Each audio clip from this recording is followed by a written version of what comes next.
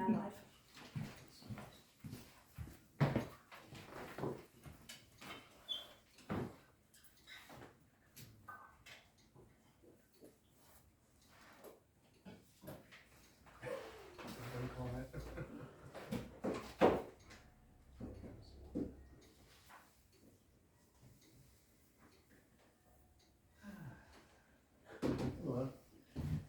Good evening everyone and welcome to the January Planning Committee of Sandwich Town Council. Any apologies? Item 2, declarations of interest. To receive any declarations of disclosable pecuniary interest from members in respect of business to be transacted on the agenda. I know the owners of 4 Hyderabad Square. And so do I, but the reality is... I think we all know them, really. Yeah, they're well known. Yeah. As long as you're not related to them, William. No, I can't claim that honour. No, I think I've known about 50 years. Ancestry.com. Yeah, Exactly. Yeah. Okay, thank you. Item 3, minutes of the Planning Committee. To approve the minutes of the Planning Committee held on Monday the 9th of December 2024 and to consider any matters arising from those minutes not covered elsewhere in this agenda.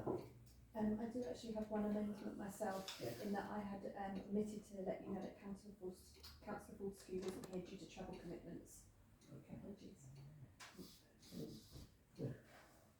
I'm happy to agree the minutes, Mr. Chairman. Happy to second. Okay, we're all in favour then? Thank you. Item 4, public participation. A 20-minute session is set aside for members of the public to make representations at the meeting in respect of the business on the agenda. Individual representation should not exceed 5 minutes. Written notice of the desire to exercise the right to speak, together with the topic to be addressed, must be given to the town clerk at least 4 hours in advance of the meeting. None received. Item 5, planning applications. Application plans and pages can be viewed by the Dover District Council website. A. Planning application reference number 24/01283. Proposed single-storey rear extension and garage conversion to a habitable accommodation. Location 4 Whitefriars Way. Oh, yeah, I'd like to go straight ahead and say I propose that we recommend this application for approval, and that it's, as we know, it's the retirement property of a couple that we know. The improvements are particular to them retiring to that property, so it's very important to make sure they're comfortable in their twilight years. I would just like to say that obviously there is the issues to do with the flood risk zone 3, and that I'm just saying that in my proposal that all flood risk mitigation plans should be adopted for this property. Thank you. Yes, I've got an issue with this plan in relation to the extension at the back. It's showing a high level window on the boundary with the neighbouring property. The person living next door might, or either now or sometime in the future, might choose to make a similar extension, and that would come up immediately against the window. Well, there'd have to be a 4-minute or an 8-inch gap. You can specify that window is obscure glass only. Frosted glass, yeah. It's actually on the boundary, Yeah. One side boundary. so we wouldn't be able to clean the glass without the consent of the neighbour. I don't know, some of the double glazed windows you've got nowadays, my ones, I can open them from the inside and they turn so I can clean the outside and the inside There's a high level window, it appears to be a fixed window. Oh yeah, sure. What's that to the minute? Especially if the neighbour built next door, they would clean anyway unless it's a flip over. Yeah, I think if it's right on the boundary, they won't be able to flip because it'll go over the space, won't it? No, but the neighbour could build a similar extension right against their boundary. Yeah. So can I suggest, in terms of taking this forward, if fair point to make. I mean, I don't think it's a planning matter directly, but I think if we include in the comments about the obscuring of glass, at least that's one element dealt with in terms of proximity. The solution is down to the property owner themselves to decide, I suppose. But in terms of the overall application, it's in keeping with the development. It's single storey. It doesn't affect the street scene, so I don't see why we would have any direct objections to it. And the neighbours have complained of that? No, there's no observations. Could we draw attention to the window? Yes, I've made a note. Yeah. I mean, looking at the plan, it looks to me at least 1.7, 1.8 metres above the ground. So you'd have to stand on a step ladder and have a look through. The neighbour could build a brick wall against it. That's right, as it's a new development, they wouldn't be able to claim ancient lights at all, so No. it would be their misfortune if somebody put an extension opposite that window. That would be their gamble. I mean, I'm hoping the residents spoken to the neighbour, and if they had an objection, they would have lodged it. Do you propose, do you have a second or something? I'm a second. Councillor You're in Tudor. favour of this proposal, aren't you? Yeah, okay. Thank you.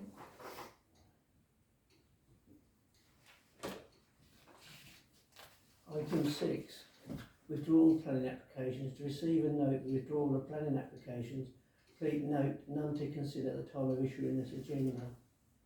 Item 7, planning decisions. To receive and note latest decisions taken by Dover District Council on new planning applications. Do you want to comment at all? I just wanted to comment on the first one. It was interesting to see the permission was granted for the planning application itself, but refused on the listed building consent. I did clarify, as I also noticed, and so did Peter Anna. So they refused listed building consent due to harm to curtilage listed structure. And the planning application, which addresses other material considerations, found the proposal compliant with policies, so were unable to. Refuse on planning grounds, they can Yes, refuse it on exactly. conservation. Yes, I drilled down into the portal as well and found information around historic fabric and the impact on that. So it was just it was an observation that was interesting to see. As well. Yes. Councillor Morton?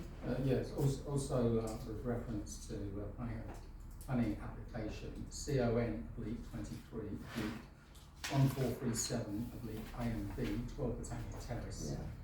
Pleasing to note that as a readvertisement has been approved, those conditions of rebuilding the fence, reinstating the fence and rebuilding the boundary wall.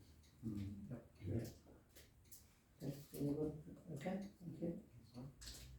Item 8, Dover District Council meeting update. Update to be given by the Chair of the Planning Committee on the discussions held with the Head of Planning at Dover District Council. Do we do that now, or do you want it at the end? I mean, I can give a brief. That is the end, really. There's a meeting, isn't it? Yeah. There isn't any other No. from the Dover District Council update. No. No, so it's very good, the meeting today, wasn't it? Councillor Suku's there, Assistant Clerk, and we made some good contacts, didn't we? So some of the questions asked weren't planning, were highways, and some of the others weren't pertaining to planning. But we can have another meeting with the conservation officer, because there's some of the queries we're not quite sure about within the conservation area, and it's a nice discussion, wasn't it? Yes, so it was the Head of Planning, Sarah Platt, and Councillor Edward Briggs were in attendance. We went through the items in terms of what was captured from a number of people around this table. Chloe will work with the Head of Planning to provide an answer, I assume in time for the next meeting. Yes, if not before.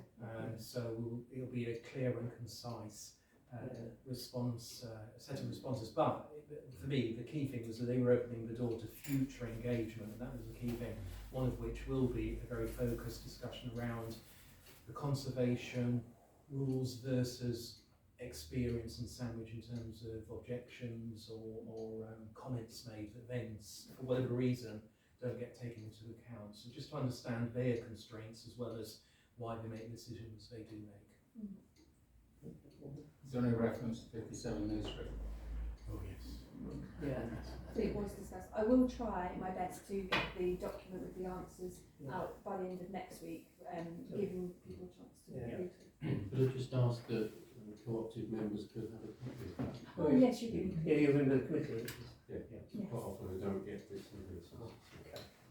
And at the last STC meeting on the 23rd of December, I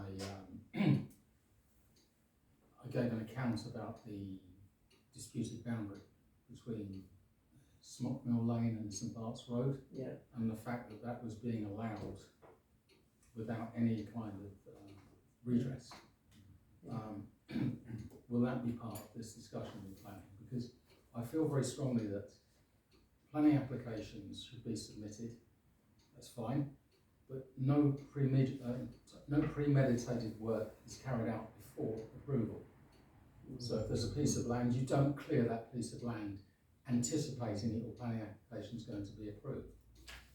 And I've seen countless planning applications, not just in Sandwich, but throughout the district, being permitted. And there's no redress, there's no I think that's ongoing. There's no control. Yeah, so and it makes a mockery of Yeah. planning laws. We have laws in this country for people to abide by, not to circumnavigate at their own leisure. So just a couple of comments on that. Myself and Councillor Carter went to a more general meeting with the District Council a month or so ago, maybe a bit longer, and it was made very clear by planning that any retrospective permissions, applications, etc., they do not treat them any differently to them doing it in advance of the work. So they do not have any penalties that they can or do want to apply in those circumstances. What they want to do is to judge and approve or not any application on its merits, as opposed to people complying with the expected process or not. Unfortunately, that was their clear. We did talk about retrospective application, didn't we? Yeah. Where people have started or even done the work, and so Yeah. it's like there's that little wall, we talked about the wall, didn't Yes. we, up that estate as well. Yeah. It was supposed to be all open plan, and they put all, this is a metre high or something, didn't they? Yes, meter high. That's it, yeah. And I at the same meeting, the town and parish council meeting, two things I raised was retrospective and permitted development, because in a large number of cases it's at the discretion of the planning officers, and they can, as long as it comes under the regulation, they can just call it permitted development. So if something's been built and it didn't have planning, they can apply that as well. So If a tree is cut down or if a wall is demolished without planning permission, then I mean the deeds are done. So even if it's subsequently decided that what was done was illegal, you can't immediately anyway replace the tree, or if it's an historic wall, of course you can't replace an historic wall.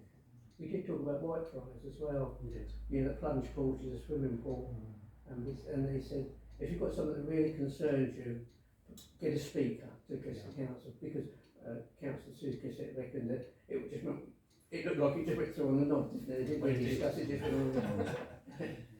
So that we've was got to yes. do that in future, because it's something that we really strongly feel about, and we must get someone to go over there. So I think as part of the process here, a good learning point is that if we are really strong about a particular, almost certainly an objection, that within this group we ask our DDC council if he's happy to call it, as well. or we nominate a speaker. That's the one. The thing is that sanctions are in place. If you recall Fellowship Walk, where trees were destroyed without consent.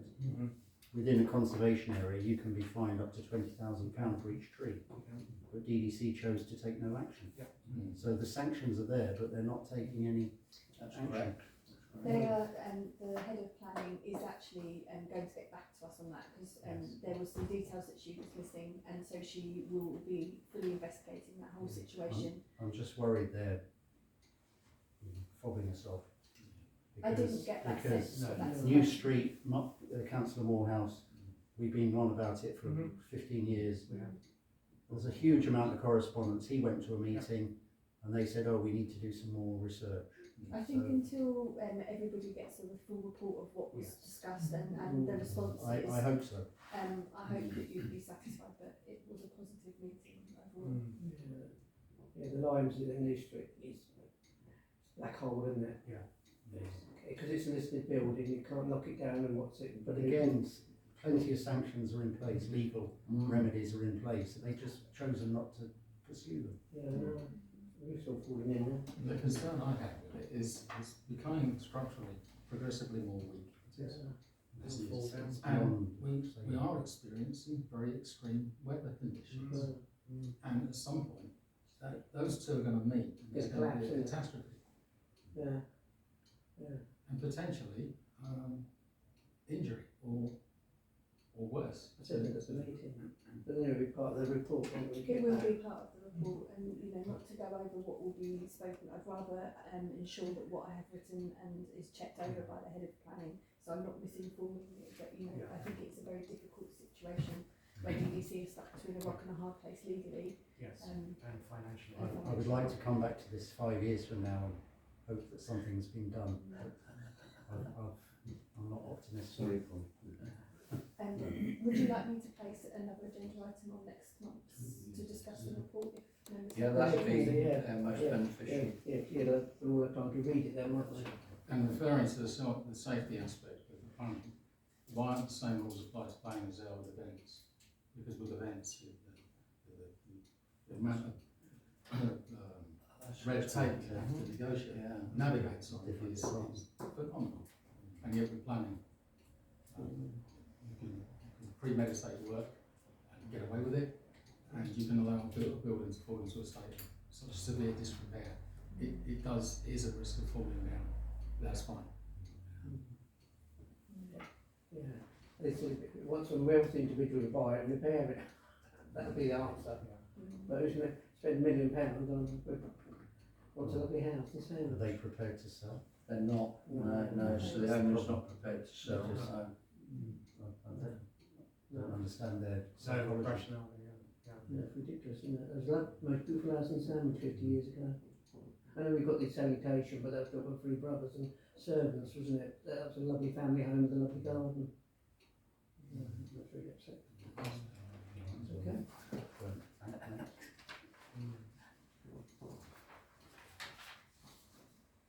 Item 9.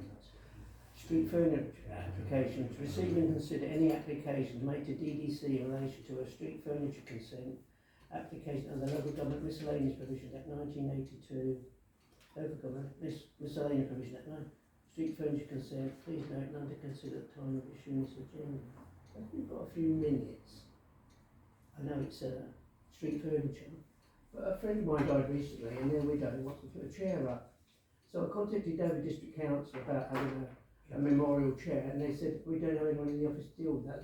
The committee that was dealing with that is no longer with. And I said, well, we've got about 8 empty plinths around Sandwich. It'd be lovely if someone wants to donate a chair and put a little plaque. And they said, well, we can't deal with that at the moment. So perhaps that's something else we can I would just do it. pop out. Yeah. And it seems silly, doesn't it? Someone wants to donate a beautiful bench. Just do it. I think we should do it and apply for retrospective. Anyway, that was something last week. The rebel within William, I didn't think you was rebel. Item 10, licensing. To consider any licensing notice and issues received from Dover District Council. Please note none to consider at the time of issuing this agenda. Actually, I was just looking for my email. Did I leave it with you, or did I take it back? You took it back. Oh, good. That's the best answer from me. I can't remember.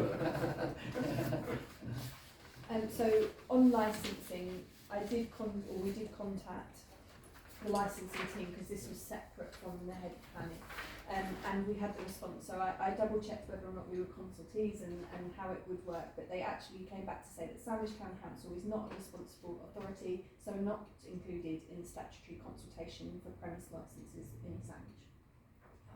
So with everyone's permission, I was going to write back and ask how we could become statutory consent.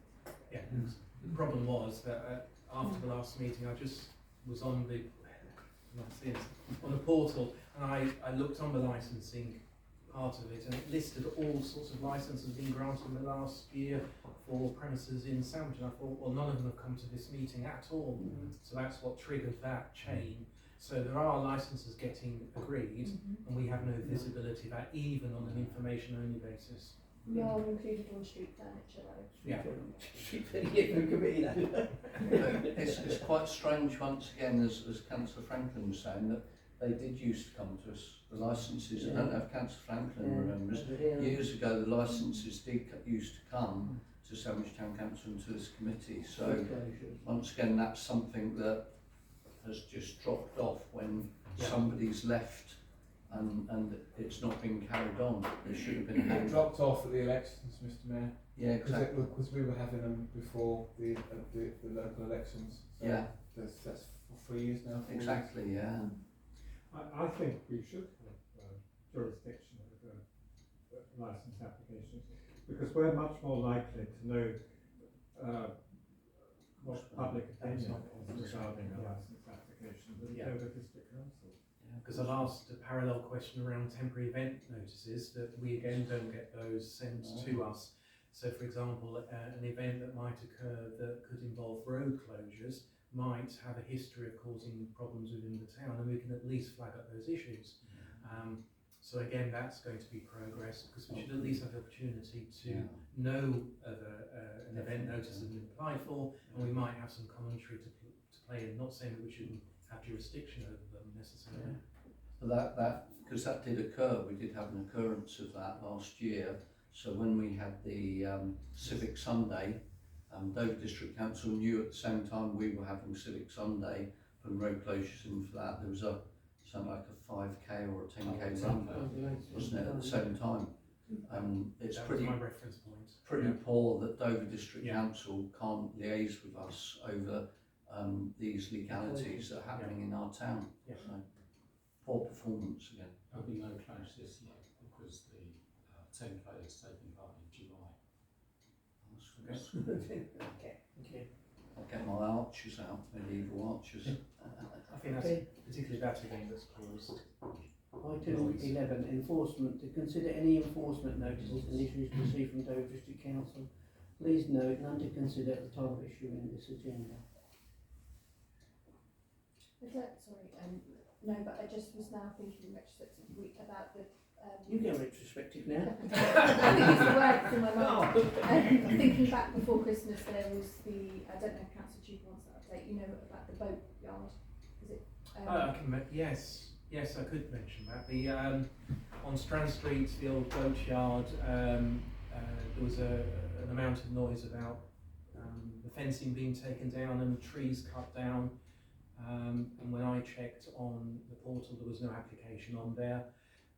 I also found from the town park staff that somebody had gone into our office to report it as well. So between myself and Chloe, we were able to get in contact with the enforcement team. Chloe did it, and to be fair to them, they reacted very quickly. They came out on the next morning, didn't they? Or was it even the same day? Yes, Next morning.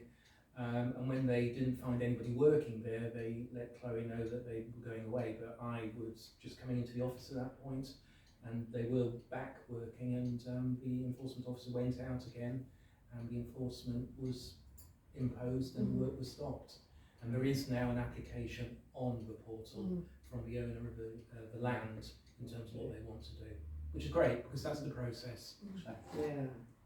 I remember a planning application about 30 years ago for a block of modern flats, with glass fronted balconies, next to opposite the church, next to the old pub, it was just completely chaotic, Keith lodgings. It was so ultra modern, it was complete. So you can imagine it in a little while there'll be a planning application coming for that site. Watch his space. Okay. Item 13, verbal update by Dover District Councils on matters related to planning. We actually discussed the two things I was going to address. It was the disputed land boundary and 57 Main Street.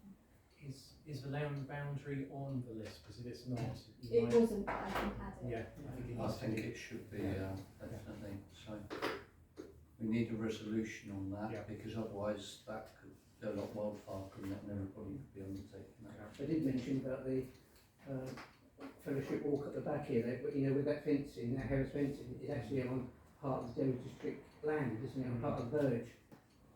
Because it comes right over to the pavement, doesn't it, at the end, which it Yeah, I shouldn't see, do. yeah. It should go to where the old gate was and go to their back fence.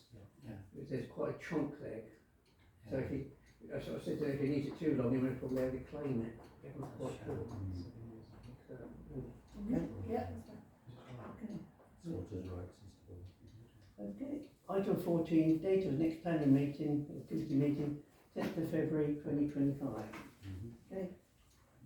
Thank you for your attendance. Just look at this one. It's the shortest one of the plan, isn't it? Yeah.